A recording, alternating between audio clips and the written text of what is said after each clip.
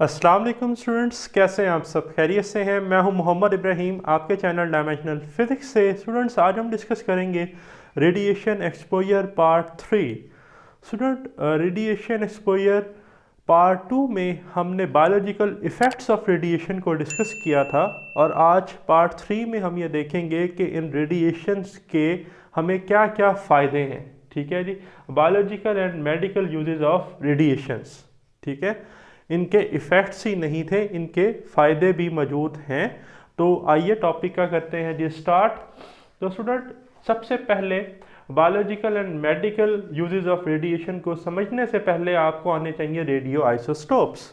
अब आइसोटोप्स क्या होते हैं? Atoms of element having same atomic number but different mass number are called isotopes. हम पढ़ कर आए। और याद रखिएगा स्टूडेंट, रेडियो एक्टिव एलिमेंट्स के जो आइसोटोप्स होते हैं उसे हम कहते हैं रेडियो आइसोटोप्स।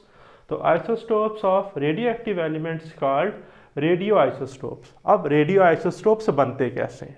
Very simple. अगर स्टूडेंट कोई प्रोटॉन या कोई न्यूट्रॉन बम्बार्डमेंट करें किसी रेडियो एक्टिव एलिमेंट पर, तो बाद में जो हमें एलिमेंट मिलेगा वो उस एलिमेंट का रेडियो एक्टिव आइसोटोप्स होगा।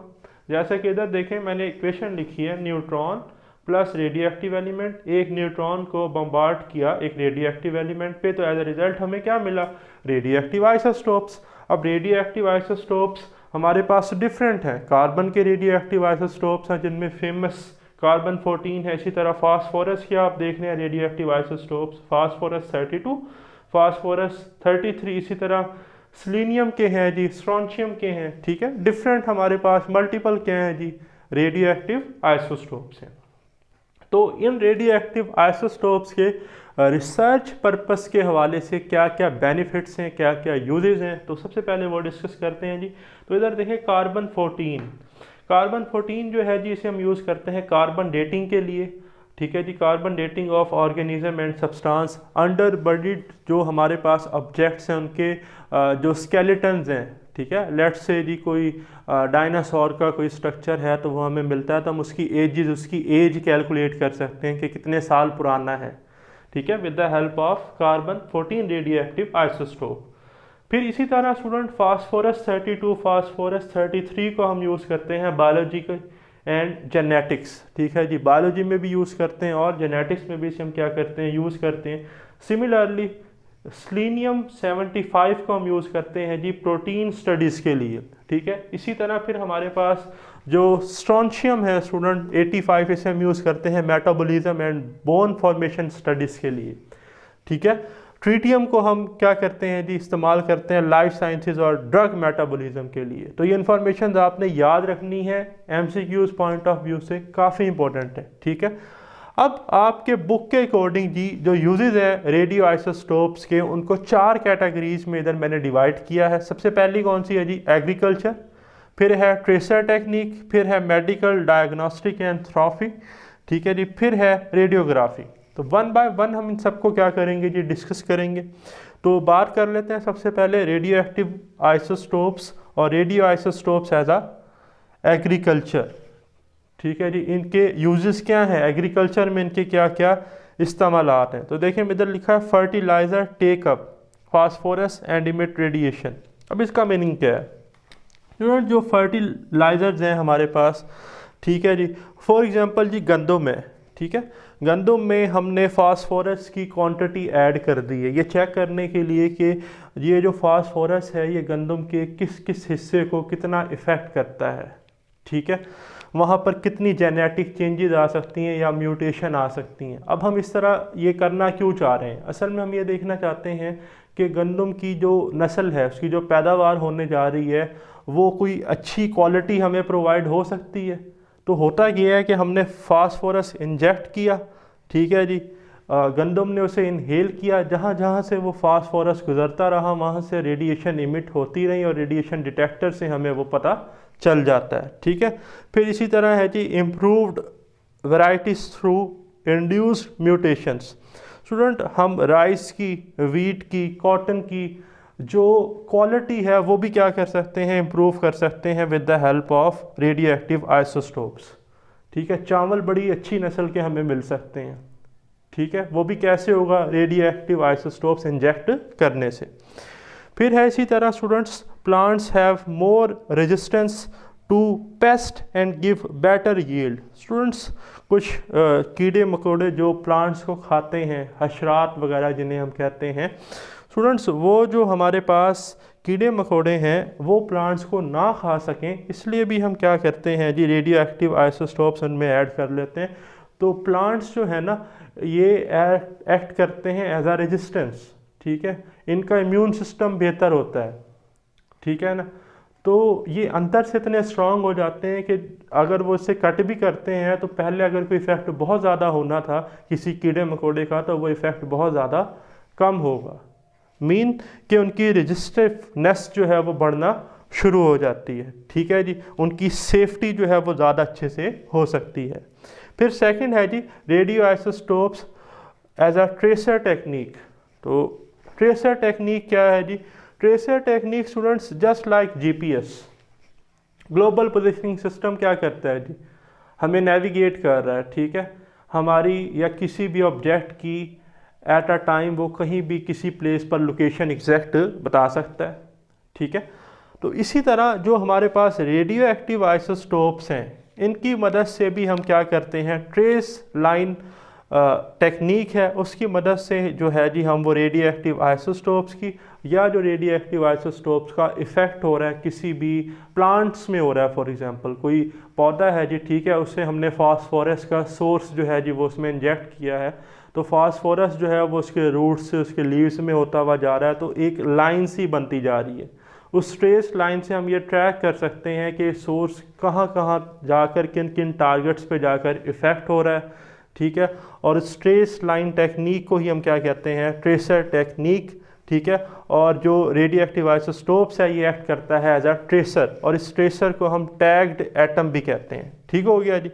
अब इसके यूजेस क्या हैं student, radioactive isotopes as a tracer technique इसे हम यूज़ करते हैं मेडिसन में, ठीक है, मेडिसन में यूज़ करते हैं to detect the malignant tumours, ठीक है। फॉर एग्जांपल ब्रेन में जी किसी के कोई ट्यूमर है तो हम रेडियो एक्टिव आइसोटोप से वो डिटेक्ट कर सकते हैं। फोटोसिंथेसिस में यूज़ कर सकते हैं, फर्टिलाइज़र टेकअप में, जैसा कि मैंने इधर आपको एग्जांपल दी चावल की, गंदम की, ठीक है। अच्छा, फिर बड़ा ही इंपॉर्टेंट आपकी बुक में है जी पाइप्स इन शालीमार गार्डन। अब शालीमार गार्डन का एक वाक़या है जी कि शालीमार गार्डन आप जानते हैं लाहौर में है, और लाहौर में स्टूडेंट शालीमार गार्डन में जो अंडरग्राउंड पाइप्स हैं उनमें क्रैक्स आ गए। अब ये बड़ा टफ था कि पूरा जो है जी गार्डन उसकी खुदाई की जाए, उन पाइप्स को निकाला जाए, फिर नए डाले जाए, ये तो एक बड़ा लेंथी प्रोसेस था। तो वहाँ पर जी पाकिस्तान एटॉमिक एनर्जी कमीशन जो है हमारे पास, PAEC, इन्होंने अपनी जहानत का इस्तेमाल किया। PAEC वाले आए और पाकिस्तान एटॉमिक एनर्जी कमीशन ने उन पाइप्स को चेक करने के लिए बीटा पार्टिकल इस्तेमाल किए। उन्होंने बीटा पार्टिकल्स के सोर्स को जो है जी वो पाइप से गुजारा, ठीक है जी। अब उन्होंने किया क्या कि उनके पास थे रेडिएशन डिटेक्टर्स, ठीक है जी। अब रेडिएशन डिटेक्टर्स क्या होते हैं सारा हम डिटेल में पढ़कर आए। तो उन्होंने उन रेडिएशन डिटेक्टर्स से रेडिएशंस इमिट करना, ठीक है जी, जो रेडिएशंस इमिट हो रही थी उन्हें चेक करना शुरू कर दिया। तो जहाँ पर पाइप्स में क्रैक्स बहुत ज़्यादा थे वहाँ से बड़ी लार्ज रेडिएशंस इमिट हो रही थी, तो उन्होंने डिटेक्टर की मदद से रेडिएशंस चेक की, और वो जो सिलेक्टिव पोर्शन से जहाँ से लार्ज अमाउंट ऑफ रेडिएशंस क्या हो रही थी, जो इमिट हो रही थी, उन्हीं हिस्सों को जस्ट वहाँ से खोदा और उन पाइप को रिप्लेस कर दिया, ठीक है।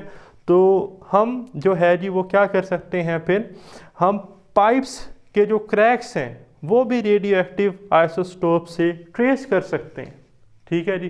तो अब तक हमने ये दो जो है जी एग्रीकल्चर और ट्रेसर टेक्निक को डिस्कस किया, और इसके बाद जी अब हम डिस्कस करते हैं मेडिकल डायग्नोस्टिक एंड थेरेपी को और रेडियोग्राफी को।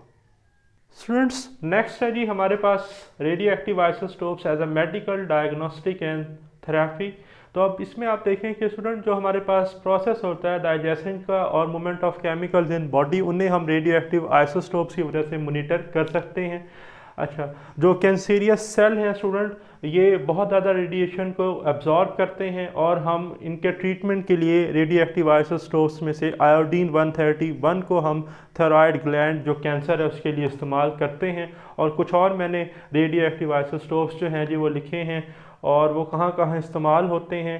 ट्रीटमेंट के लिए, ये आपने MCQs के लिए याद रखना है, स्पेशली फॉर आपका जो NMT कैट होता है जी, उसमें ये अक्सर इनमें से कोई ना कोई एक जो है वो एज MCQs पूछा जाता है, तो ये आपने अच्छे से नोट कर लेना है। तो स्टूडेंट, रेडियो एक्टिव आइसोटोप्स में से आयोडीन 131 को हम थायराइड ग्लैंड्स में यूज़ करते हैं, जैसा कि मैंने बताया। फास्फोरस 32 को हम बोन्स के लिए यूज़ करते हैं जी। कोबाल्ट 60 को लीवर के लिए यूज़ करते हैं जी। सोडियम 24 को हम ब्लड सर्कुलेशन के ट्रीटमेंट के लिए इस्तेमाल करते हैं।